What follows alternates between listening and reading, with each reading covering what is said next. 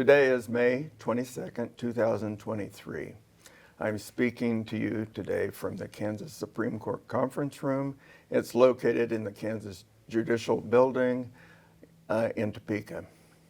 I'm excited to interview the Honorable Lee Johnson, retired Justice of the Kansas Supreme Court.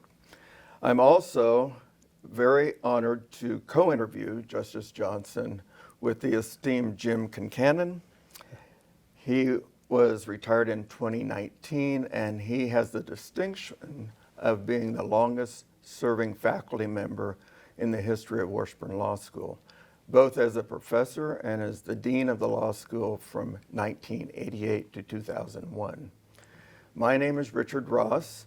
I was the reporter of decisions for the Kansas Supreme Court and the Court of Appeals for 38 years. 15 of those years, a little longer than 15 of those years, I worked with Justice Johnson, both when he was on the Court of Appeals as well as the Supreme Court. Justice Johnson and his wife Donna were neighbors of mine, and we've been friends for a long time, and Justice Johnson has been a mentor of mine. As also with us today, and this is a critical part of preserving this interview, is our videographer, David Heineman. Dave is an attorney, a lobbyist, and he served as a former Speaker of the House pro tem in the Kansas House of Representatives. Today's interview is part of the Humanities Kansas Oral History Project. The Kansas Oral History Project is a not-for-profit corporation and was created to collect oral histories of Kansans who were intimately involved in shaping and implementing public policy for the state of Kansas. It covers all three branches of government, but for our purposes, the judicial branch. This particular accumulation of oral histories is called the Kansas Courts and the Rule of Law. Individuals, corporations, and the nonprofit cultural organization Humanities Kansas make funding for this project possible. Recordings and transcripts of these oral histories are preserved and available to the public at the Kansas Museum of History, the State of Kansas Library, as well as through the website KS Oral History, that's singularhistory.org. It's my pleasure now to turn this over to Jim, and he will introduce our guest and proceed with our interview. Thank you, Richard. There have been 6 of my former students at Washburn Law School who have served on the Kansas Supreme Court. But Justice Johnson is the only one of them who is retired and is being interviewed as part of this series. So it's a special privilege for me to be a part of this interview. I will give a brief introduction of a highly respected Kansas judge and a friend, and ask a few questions about how he came to be an appellate judge and his role as a judge. Lee Johnson was born and raised in Caldwell, Kansas, and he returned there to live when he retired from the Kansas Supreme Court in 2019. He graduated from the University of Kansas in 1969 with a degree in business administration, and then completed 2 years of active duty as a sergeant in the Army. He was admitted to Washburn Law School for the fall semester of 1972, but chose to return to Caldwell to be vice president of his father's independent insurance agency. And in Caldwell, he did what you do when you're seeking to build a business in a community that then numbered about 1,500 people. He served as president of the Caldwell Alumni Association, vice president of the Jaycees, director of the Sumner County Fair Association, and was the first president of the Sumner County Shrine Club. After he was appointed as mayor of Caldwell in 1976, he worked closely with the city attorney, and that rekindled his interest in studying law. So he finally enrolled in the fall of 1977 at Washburn Law School. While there, he compiled academic credentials we wish every appellate judge could have. He wrote top paper in 12 different law school classes, including my first-year course in civil procedure, and graduated with the highest possible distinction, summa cum laude. After graduation, he returned to Caldwell and practiced law there for 21 years with his spouse Donna as his secretary and office manager. And for 10 of those years, he was the city attorney. He, of course, continued to serve the community, for example, as president of the Sumner County Bar Association and other local boards of directors. Justice Johnson has the distinction of being appointed as an appellate judge by governors of both political parties in Kansas. He was appointed as judge of the Court of Appeals in 2001 by Republican Governor Bill Graves, and then was appointed as a justice of the Supreme Court in 2007 by Democrat Governor Kathleen Sebelius, even though Lee was a registered Republican. And I want to discuss what a wonderful testament that is to how well our merit selection method of choosing Supreme Court justices works. But before we go there, let's focus on your time and practice in Caldwell. It seemed as though the entire population of Caldwell, Kansas, was in the courtroom in this building both times when you were sworn in as a new appellate judge. Would you talk about that and describe how growing up in Caldwell and being a small-town country lawyer there for 2 decades influenced your judicial philosophy and approach to deciding cases? Well, I think first, growing up in a small rural town impacted my work ethic, which carried through in several areas, and certainly was a boon when I got on the Court of Appeals, where I had to write around 100 opinions a year. But as far as the country lawyer part of it goes, I think that impacted both Governor Graves and Governor Sebelius. They both mentioned the variety of cases that you have to take. I got tickled when I read in the Wichita Business Journal article about Carol Byer when she beat me out for the Court of Appeals, and it talked about her being in Folsom-Siefken on the litigation team and on this committee and that committee, and I told my wife Donna, I says, well, I'm all of that, but also on the snow removal team for our practice. And you had to take whatever came in the front door, basically. And the biggest thing you had to realize is when it was over your head and send it on to the big boys in the city. But that really impacted my Court of Appeals time because, the Court of Appeals takes all the appeals. So every docket was a variety of cases.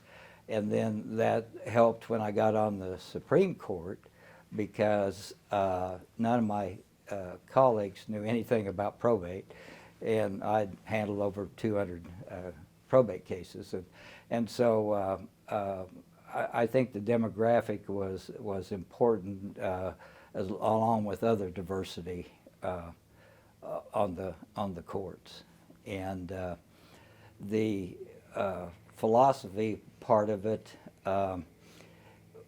After the first time I was up for the Court of Appeals and didn't get it, the young lawyer in town came to me with a big frown on his face, and he said, small town lawyers all over Kansas are sad tonight that you weren't chosen, and I kept that in mind, and I tried to be a representative of that constituency within the confines of the rule of law, obviously. But I think it was General Eisenhower that said the best thing that could happen to a boy is to grow up in a small town, and that was true for me. So.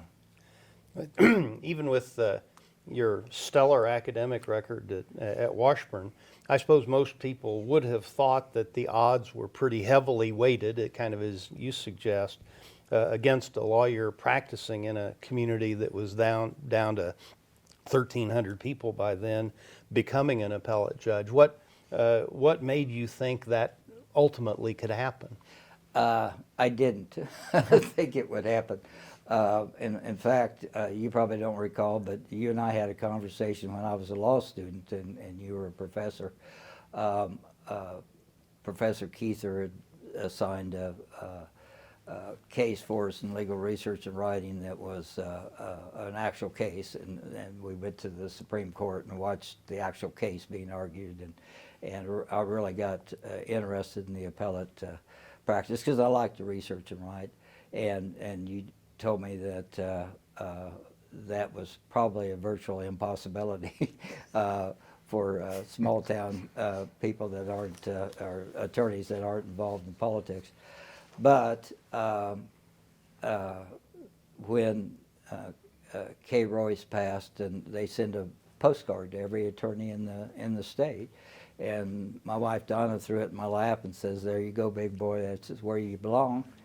And it didn't cost anything, so except time. And so I put together the application, and I have to admit that when I put it in the mailbox finally, after fretting on whether I was being pretentious to even presume that I could do that or be there, I didn't give myself much chance to get on the court and to follow through with that. When I arrived up here for the interviews, actually in this room, I was waiting, and there were several people there that I was aware of that were active in the state bar, some judges, and I thought, what in the world made you think you could be here? So I decided, you know, when I leave that room, I want everyone to know who Lee Johnson is, so that when I don't get it, I can feel comfortable that they rejected me. And I was lucky enough to get selected to interview with the governor. And so I kind of carried that philosophy through my time on the court. After I actually got there, I thought, you know, I didn't really expect to be here. Probably no one else expected me to be here. In fact, when I got to the Court of Appeals, the sentiment was, who the heck's Lee Johnson, where the heck's Caldwell, Kansas? That I owed it to myself and owed it to those that got me here to just be Lee, and so that's what I tried to do.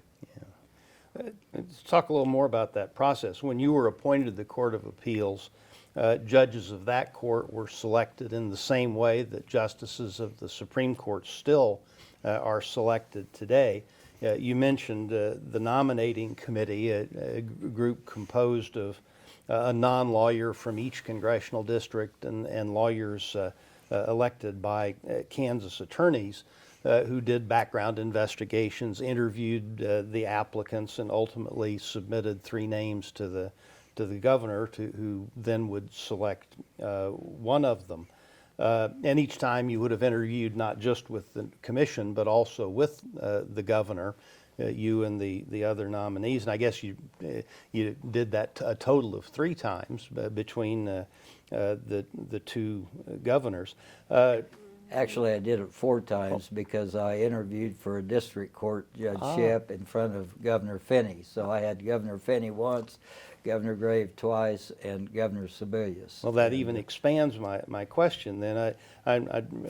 Your recollections of that interview process with the governors, what did they want to know about you as part of that process? The first interview was different than the others. Governor Finney wanted to know what happened to the judge that I was replacing, and wanted to know why Sumner County, which is the county where the judgeship's at, was wheat capital, why they didn't grow more soybeans. I explained to her the rainfall difference between southeast Kansas, and so much so that when we left, Donna, my wife, asked, how did it go? And I says, I don't think I got the judgeship, but I'm up for Secretary of Agriculture.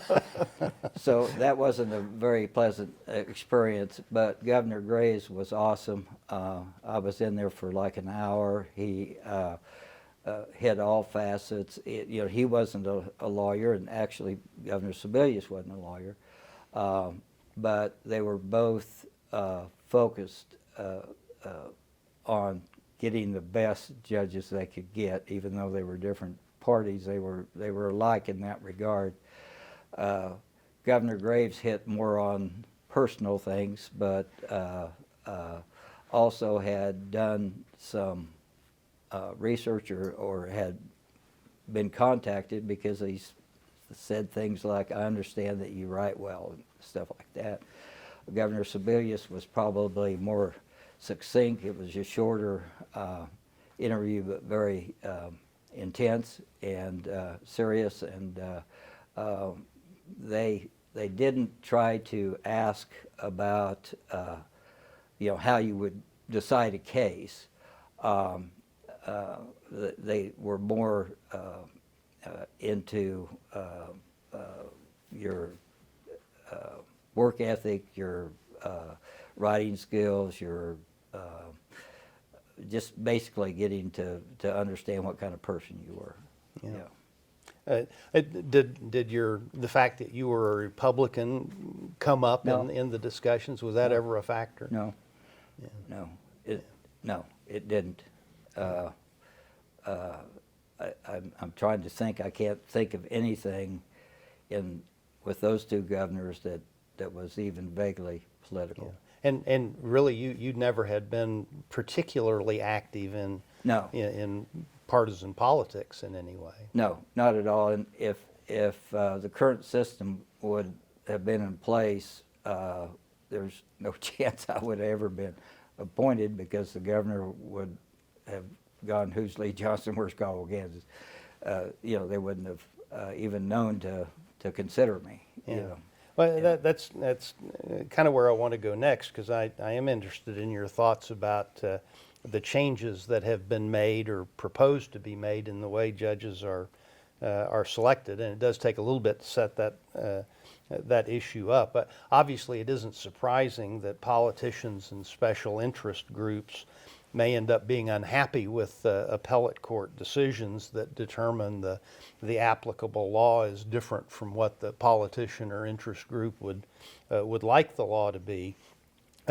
In Kansas, appellate judges are accountable to a vote of the people, whether they should be retained in office or not, every 6 years for the Supreme Court and every 4 years for the Court of Appeals.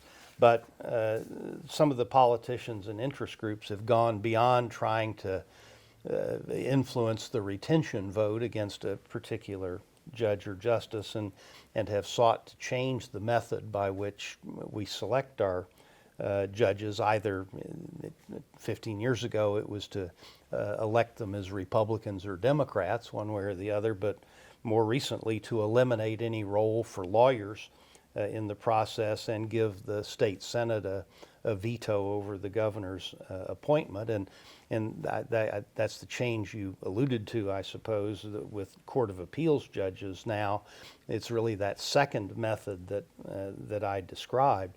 Governor Kelly has chosen to go ahead and use a nominating commission by executive order, but the governor isn't required to, and is really free to appoint any lawyer to the position, subject to Senate confirmation.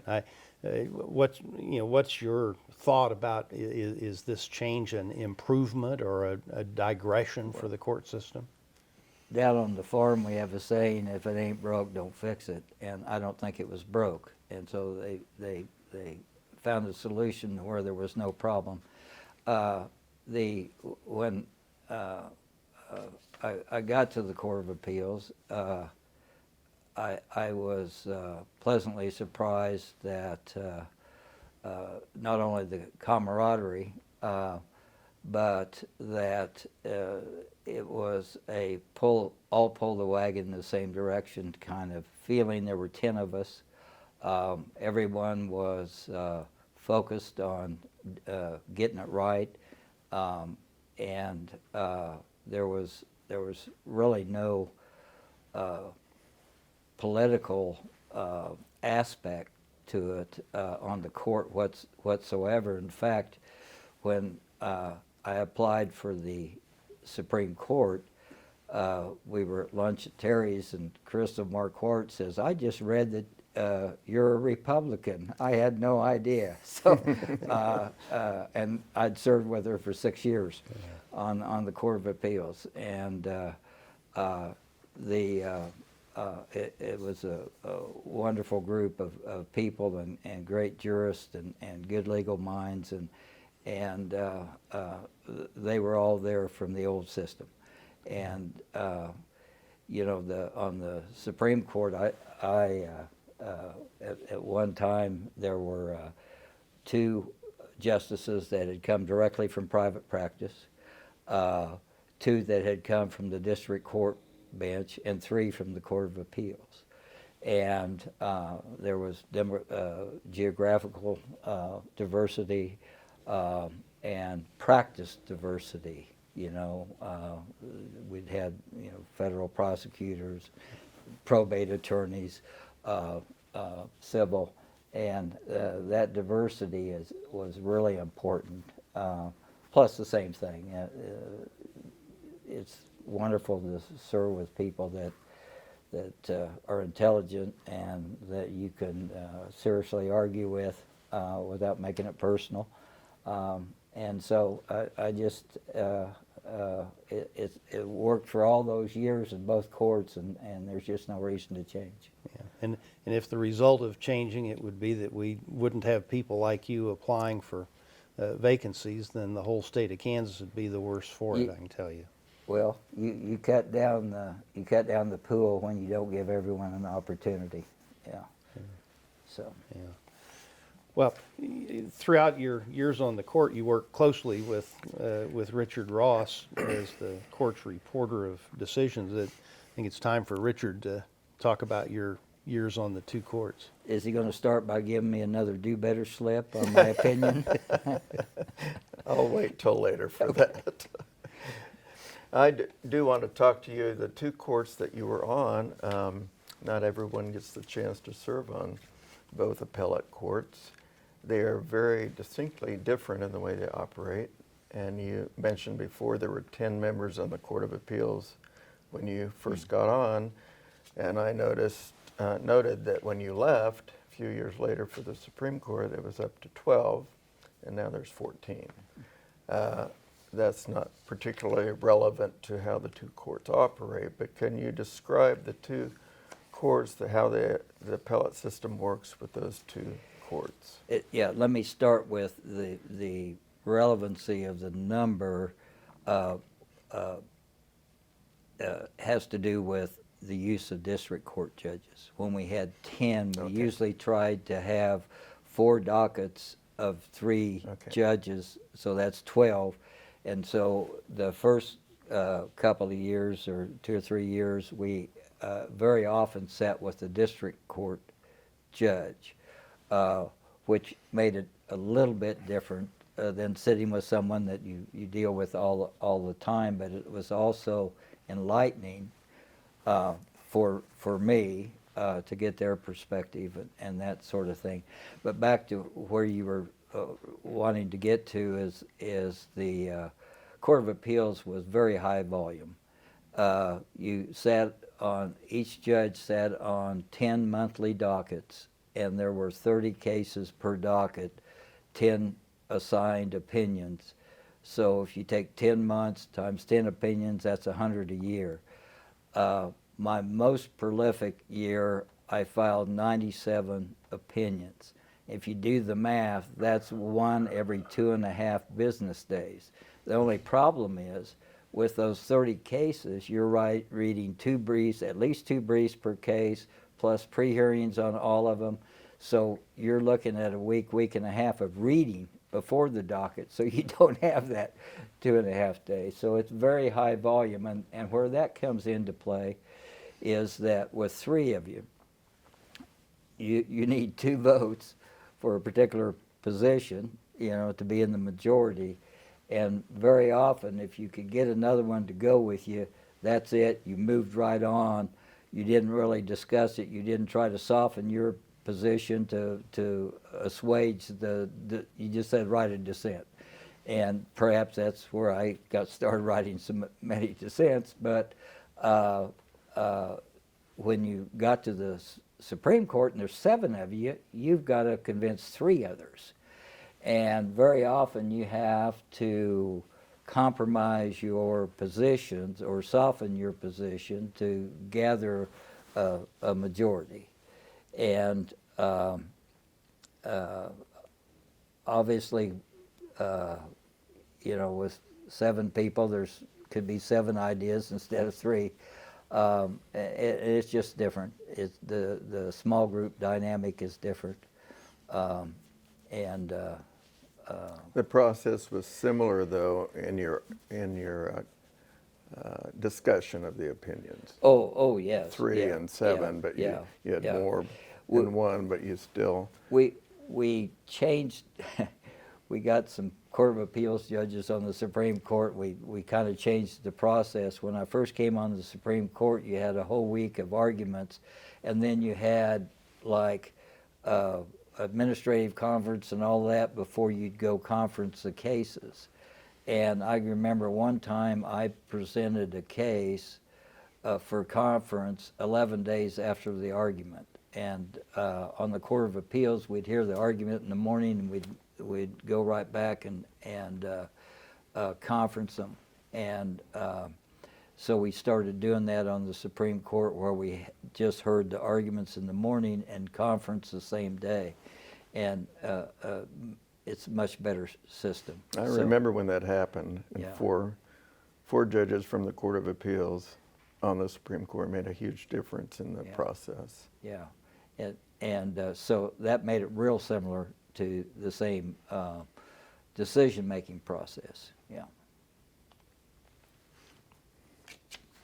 Do you- I can jump in Yeah.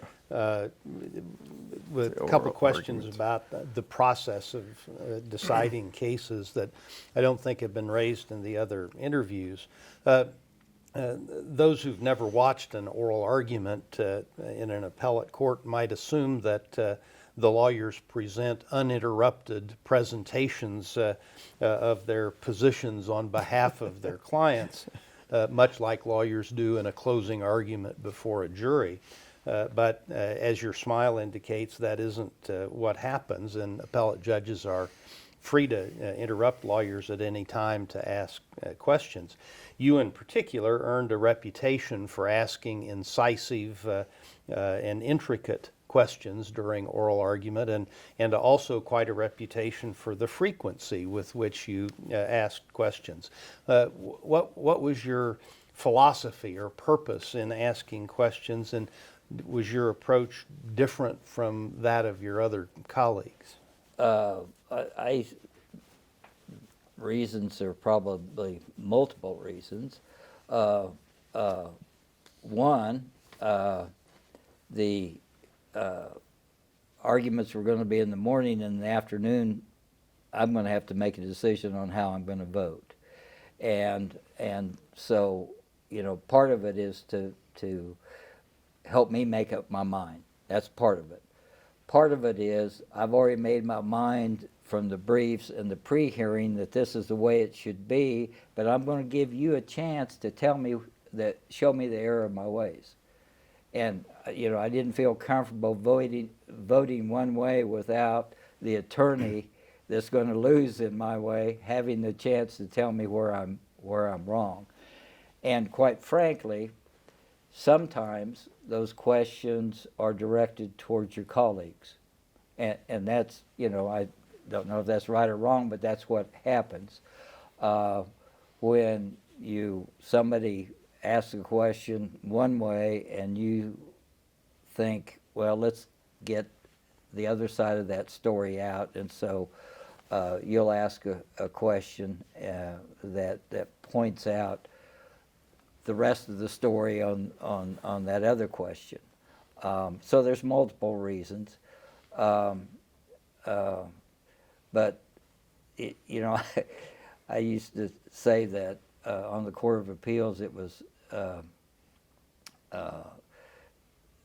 interesting to see that when you'd ask the question, the first question, you'd get one of three responses: deer in the headlights, scared to death, anger for how dare you interrupt me, I'm right here on my legal pad, and the third is, Judge, I'm glad you asked that question, and you gave them an opportunity to get in and we could have a discussion, and it was fun. So part of it was fun to get into a good legal discussion, and people used to say, well, you can tell which way they're going to vote by the questions, but by the time I left the court, you couldn't tell which way we were leaning because everyone's trying to get everything out on the table, even get all the arguments out on the table. And I think part of the moving towards a hot court on the Supreme Court had to do with when they started having more of us come up from the Court of Appeals, maybe. Would you explain that, hot court? Oh, the hot court is asking questions that a hot court has read the briefs and has received a pre-hearing memorandum that gives all the facts, an impartial statement of the facts, a review or summary of all the law, and how it should apply or how it could apply. And so we've all gone through all of that before we get to the argument. In fact, some of them are submitted on the briefs without the oral arguments. And, a lot of people say, well, the oral arguments don't count, but of course they do. And To follow up on that, how frequently would you say the answers to your questions at oral argument caused you to change the way you decided the case from what you thought initially, or at least altered the kind of opinion you wrote? I would say the alteration was more frequent, of course.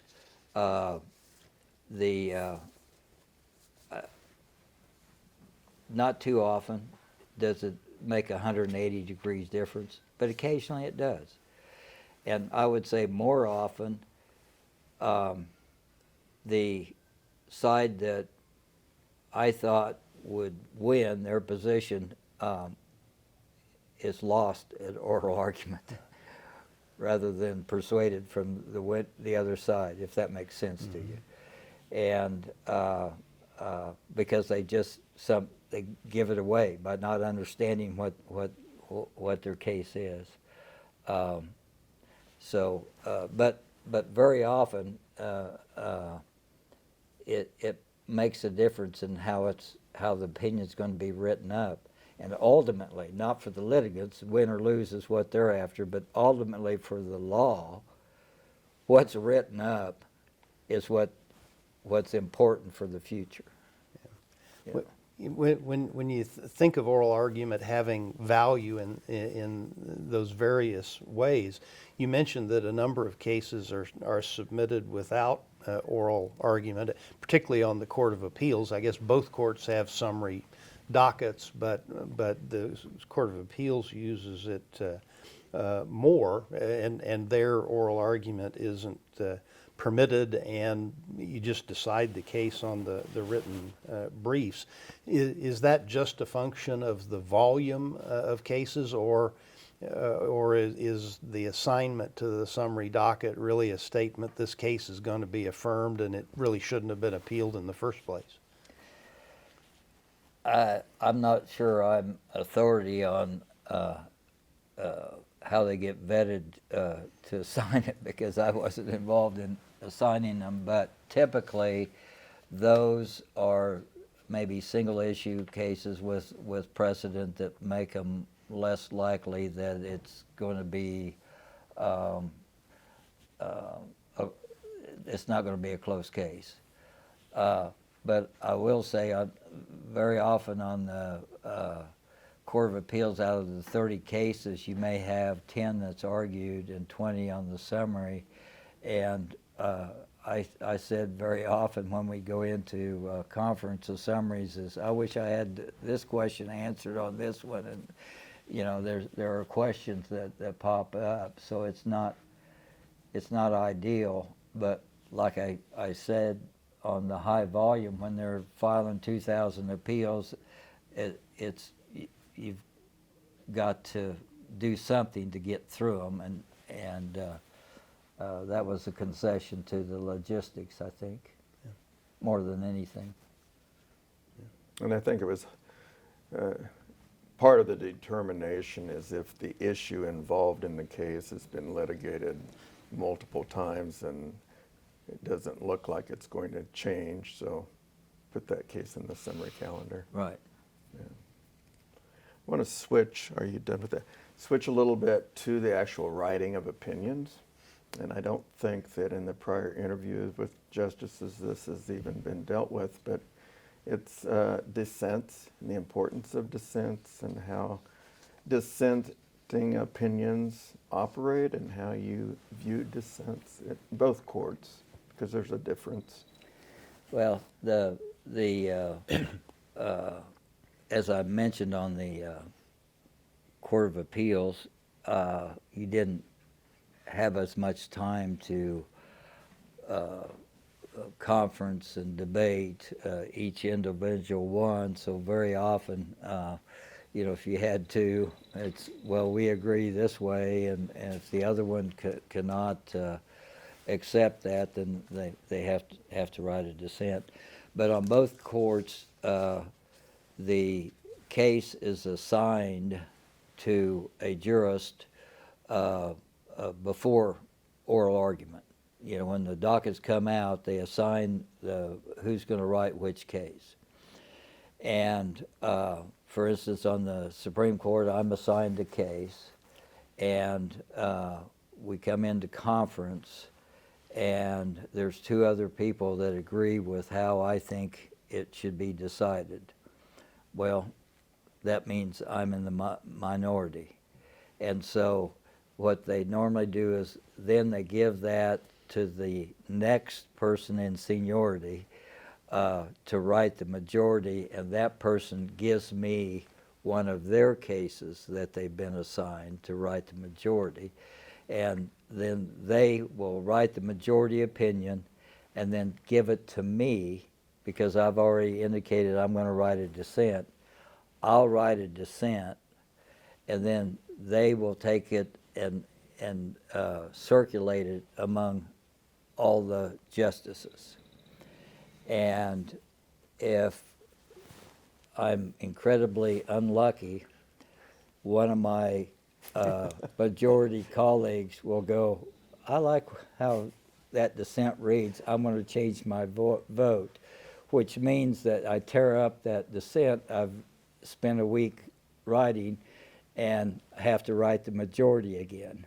And so that not only causes me a lot more work, it also delays the issuance, which is, as you know, been somewhat of an issue, is getting the opinions out timely, and there are a lot of things in the background that people don't realize. It's not that we're just being lazy, it's just things take time, and it takes time to circulate them, because each person reads it, and they may have some changes they want made. Well, I can agree with this if you'll change this part, or if you'll fine-tune this part. And sometimes they'll just get to the point where they say, we have to sit down and reconference this, and we'll come back in here and start from scratch and reconference. And so on the Court of Appeals, it was more of a just write the majority, write the dissent, circulate it, and you didn't flip as much. Usually, if you had two people that agreed on the majority and one writing a dissent, it didn't matter if all the rest of the people on the court agreed with the dissent. That panel wouldn't change.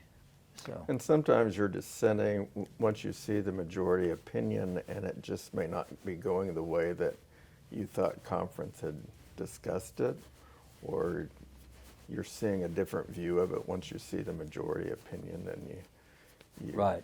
write a dissent. You Right. said it was unfortunate if it flipped, but in reality, of course it wasn't, because that's your whole goal, but I Right. understand it takes so much longer when that happens. Right. And the public does not understand how long that takes. And there's, you write the dissent, hopefully to persuade someone on your court to change and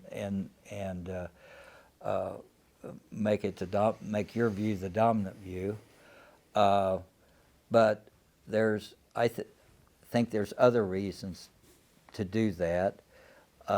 One reason, I think, is very often, in fact, Chief Justice Nuss mentioned this when I retired, is that I didn't often change their mind, but I fine-tuned the majority opinion.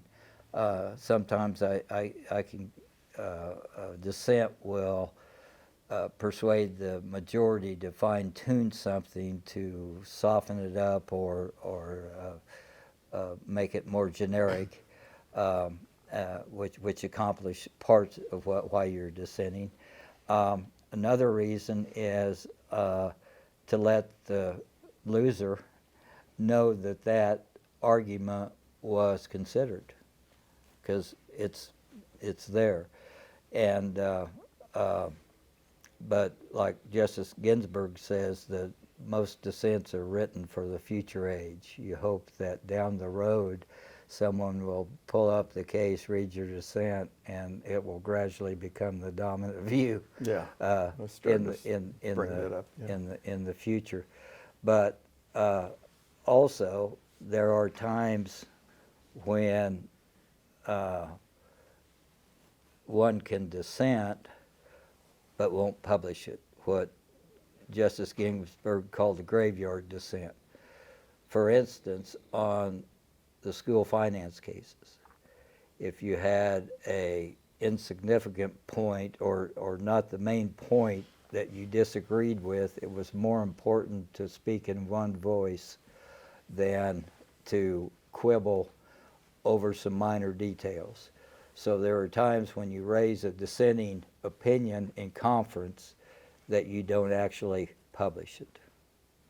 Okay, thank you. And I've read dissents in the Court of Appeals that where it sounds like the dissenting justice is really trying to encourage the Supreme Court to grant a petition for review. Yeah. Exactly. That on the Court of Appeals, you're not, one of the people you're speaking to is the reviewing court. Exactly. Yeah. Exactly.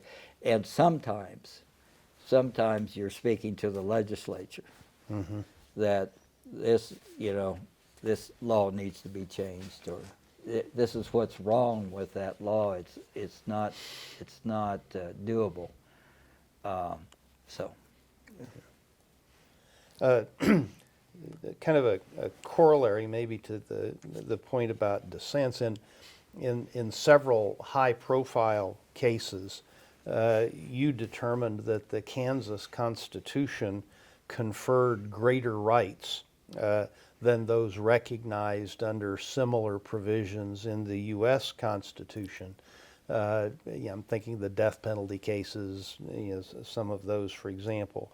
What principles guided your analysis when you were considering an argument that the Kansas Constitution granted greater rights than the federal Constitution? Well, I think I quoted that article that was written on that historically the Kansas Supreme Court decided its own interpretation of the Kansas and didn't defer to the federal. And so that's the main reason is we have a state constitution. It's not the federal constitution. It's a state constitution. The Kansas Supreme Court is the highest court in the land when it comes to interpreting the Kansas Constitution. And so we ought to do that and not defer to a interpretation of a similar provision in the U.S. Constitution. For instance, the cruel or unusual Eighth Amendment in Kansas is cruel and unusual, and there's a difference between and or, and to interpret the Kansas as if it's or doesn't do justice to the founders that used and obviously federal jurisprudence can give a roadmap or be persuasive, but it shouldn't be mandatory. That's just how I felt. Are there cases that come to mind that you found were the most interesting or the most difficult for you, or that you were most proud of deciding? Oh, In other words, are there outstanding cases? I just was talking to Ashley Jarmer, my former research attorney that wrote the pre-hearing memo on a case that was an oil and gas case with the rule against perpetuities issue, which is everyone's nightmare except mine.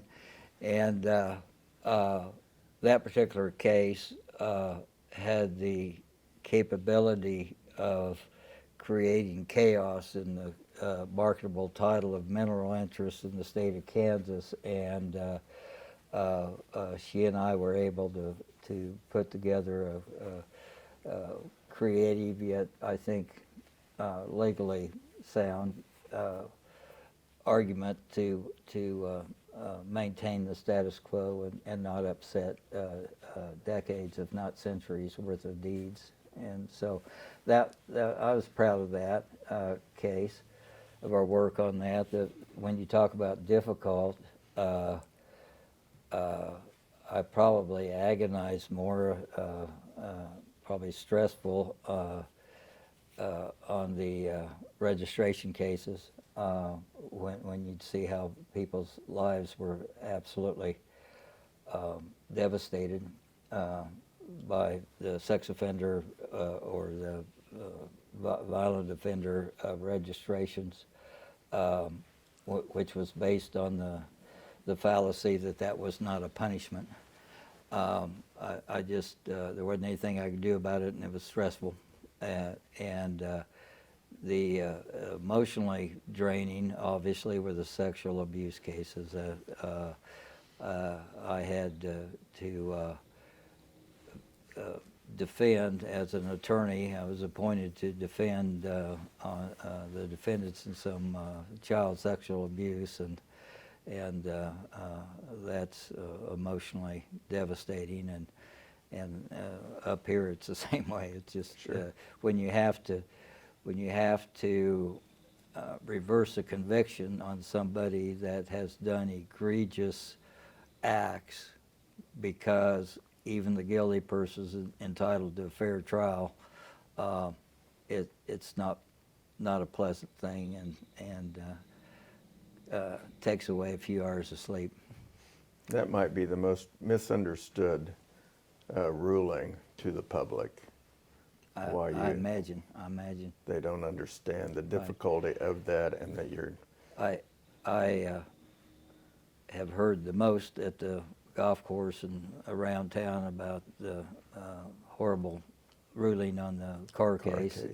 And my answer is, what part of the 300-page opinion didn't you agree with? So, but yeah, I understand. Yeah. I understand what people are thinking. It was egregious. Hopefully, this kind of discussion for people who don't understand how that works maybe this will resonate with them. Maybe. They'll understand. That's our hope. Yep. Yeah.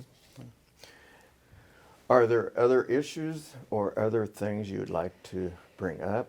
Well, I've watched some of the other court interviews, and the point I'd like to make is the great contribution staff makes to the operation of the court and how essential they are. And people probably don't realize how much manpower and money is necessary to run the court system and to get our opinions out. The clerk's office does yeoman work. We couldn't have operated without the reporter's office to help us get the opinions right, get them correct, and get them grammatically correct and typographically correct, and make sure that the citations say, the cases cited to say what we say they say, and personally,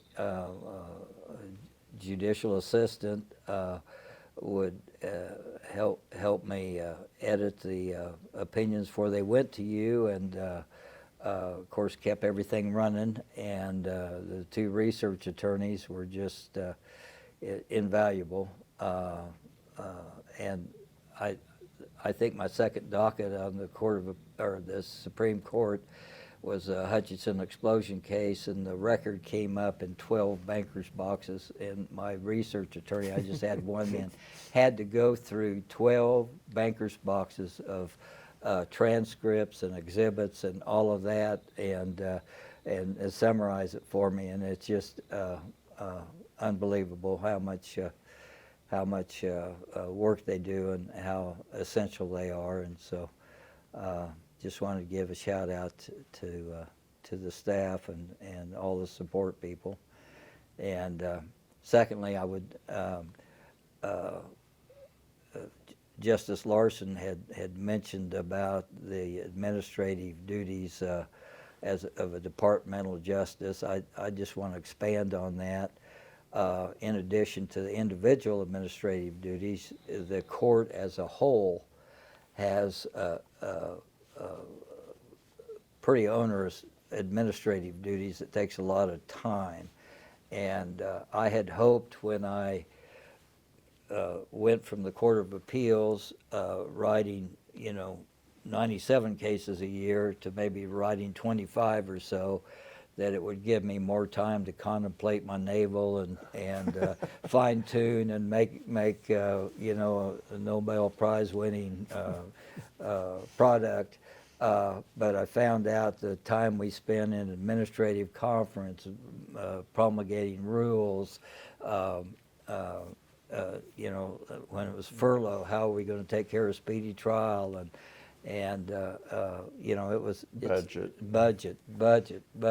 How are we going to make the fishes and loaves go when they didn't give us enough money? And it was just really, really a surprise to me how much of my time was consumed in what I considered non-justice stuff, administrative stuff. And so people don't see that. But, right. Yeah.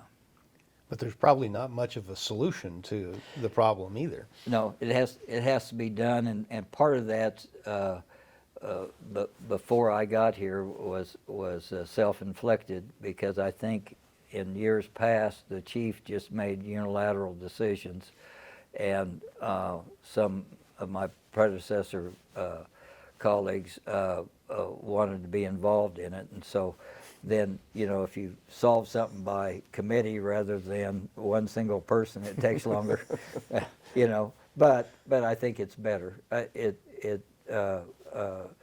And all of us have a different background. I've got a little business background, so that helps in some areas, and other people have backgrounds that help in other areas, and so it's a better situation now. You have further questions? Anything else? No, I think that's... What are you doing now? You're retired. Well, I have 9.5 acres of yard to take care of, and 125 acres of pasture to take care of, and you know, that's basically takes most of my time. And, yeah. Well, it's been a pleasure to visit with you. This has been very insightful, Well, I hope, and I'm honored to have that opportunity. Well, And me as well. and I'm honored that you chose to interview me and that you think I had something worth listening to. So thank you. Well, thank you on behalf of the state of Kansas for your work on both the Court of Appeals and the Supreme Court, and thank you on behalf of Humanities Kansas for participating in this oral history project. You're welcome.